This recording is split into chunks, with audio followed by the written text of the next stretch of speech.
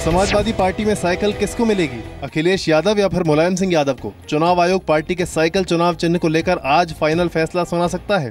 चुनाव चिन्ह दावेदारी के मामले में चुनाव आयोग ने शुक्रवार को दोनों पक्षों को सुनने के बाद अपना फैसला सुरक्षित रखा था। अखिलेश और मुलायम दोनों ही गुट साइकिल चुनाव चिन्ह पर अपना दावा मजबूत बताते आए हैं। हालांकि सूत्रों के मुताबिक साइकिल चुनाव चिन्ह के फ्रीज होने की संभावना ज्यादा है। मंगलवार से उत्तर प्रदेश चुनाव के लिए नामांकन की प्रक्रिया शुरू हो रही है। यूपी में 7 चरणों में विधानसभा चुनाव की वोटिंग होनी है।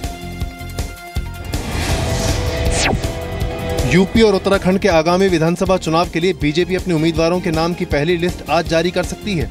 दिल्ली में बीजेपी की केंद्रीय चुनाव समिति की बैठक में यूपी के उम्मीदवारों के नाम पर आम सहमति नहीं बन पाई। हालांकि सूत्रों के मुताबिक उत्तराखंड के लिए बीजेपी उम्मीदवारों की लिस्ट फाइनल हो चुकी है।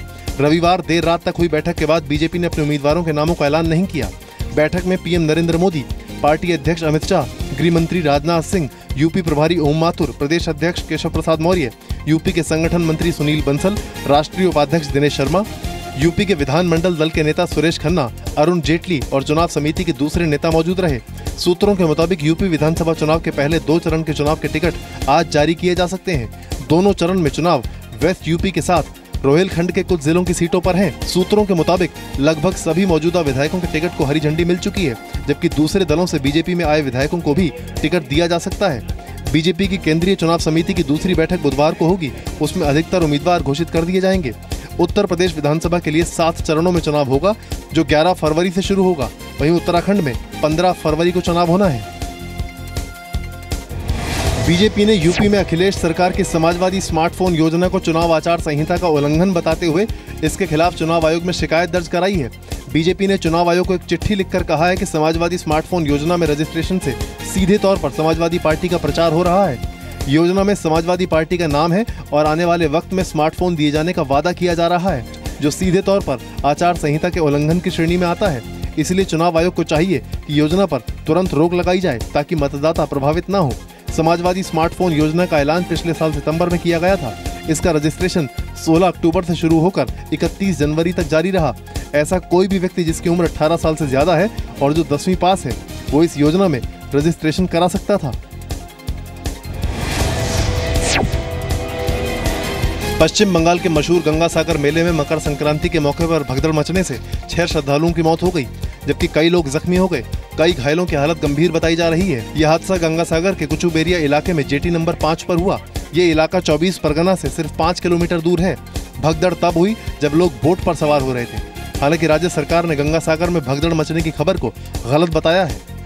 Also 6 people died. All are very aged people, and as you have just noted just now that one people fell sick and was immediately shifted to hospital.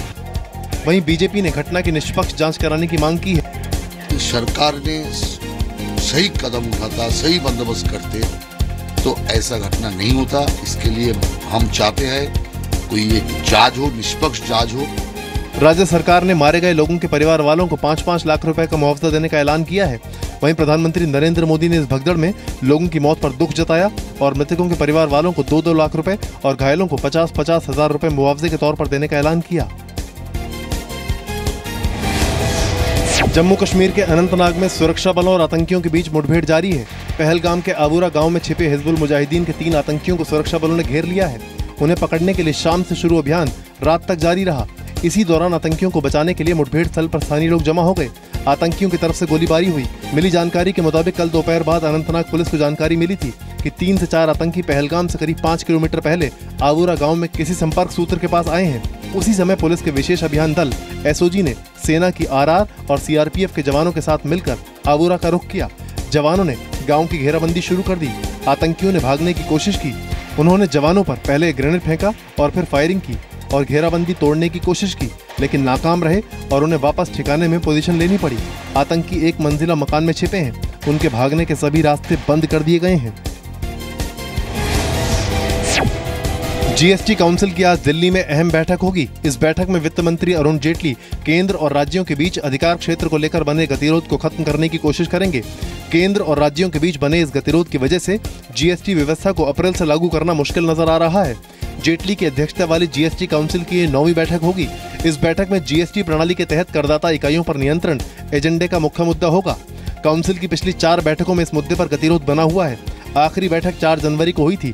राज्यों की मांग है कि 1.5 करोड़ रुपए तक का सालाना कारोबार करने वाली करदाता इकाइयां पूरी तरह से उनके अधिकार क्षेत्र में आनी चाहिए। हालांकि केंद्र सरकार इस तरह का बंटवारा नहीं चाहती है। केंद्र का मानना है कि राज्यों के पास सेवा कर वसूली लगाने के क्षेत्र में अनुभव नहीं है।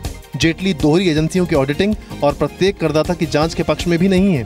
वित्त मंत्री ने पिछले हफ्ते उम्मीद जताई थी कि नई अप्रत्यक्ष कर व्यवस्था को 1 अप्रैल से लागू करने के लिए सभी मुद्दों को सुलझा लिया जाएगा।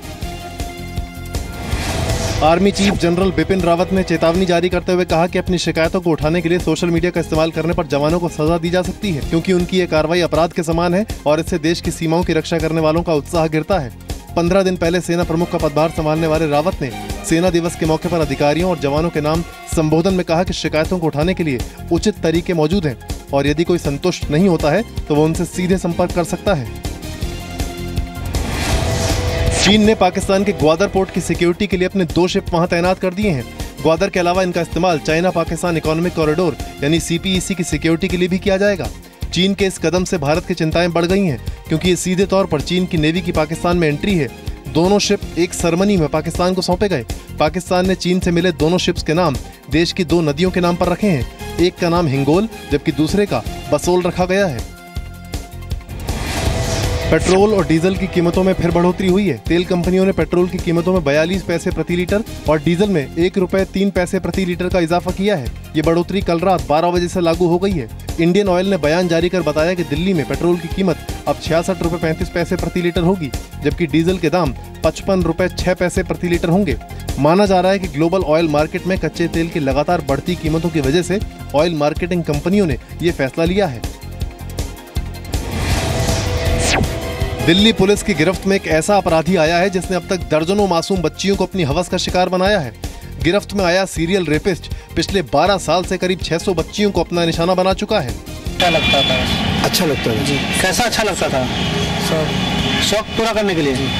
पुलिस ने सीसीटीवी फुटेज के आधार पर आरोपी को धर दबोचा। पूर्वी दिल्ली के न्यू अशोकनगर थाना पुलिस ने इस सीरियल रेपिस्ट को गिरफ्तार किया है। आरोपी का नाम सुनील रस्तोगी है। वो गाजियाबाद में टेलरिंग का काम करता था। 38 साल के सुनील ने दिल्ली, उत्तर प्रदेश और उत्तराखंड में कई बच्चियों के साथ रेप की वारदात को अंजाम दिया। पुलिस के मुताबिक आरोपी खासतौर पर स्कूली लड़कियों के साथ घिनौनी वारदात को अंजाम देता था। पुलिस को कई साल से इसकी तलाश थी। इसका इंटरोगेशन में इसने बताया कि आमतौर से हफ्ते में 1 दिन ये रुद्रपुर से आता और अपनी पीडोफाइल लस्ट को सेटिस्फाई करने के लिए हमेशा 7 से 10 साल की बच्चियों को टारगेट करता था।